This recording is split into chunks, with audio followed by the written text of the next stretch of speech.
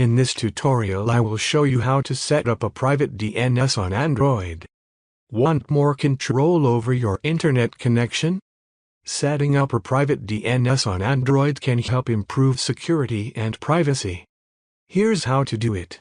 First, swipe up on your home screen and open the Settings app. Next, tap on Connections. Scroll down and select More Connection Settings. Now, tap on Private DNS. Here, you'll see options like Off, Automatic, and Private DNS Provider Hostname.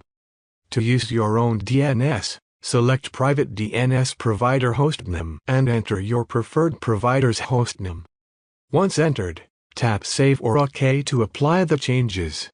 Your device will now use the private DNS you specified. And that's it. Let me know if you need help choosing a DNS provider.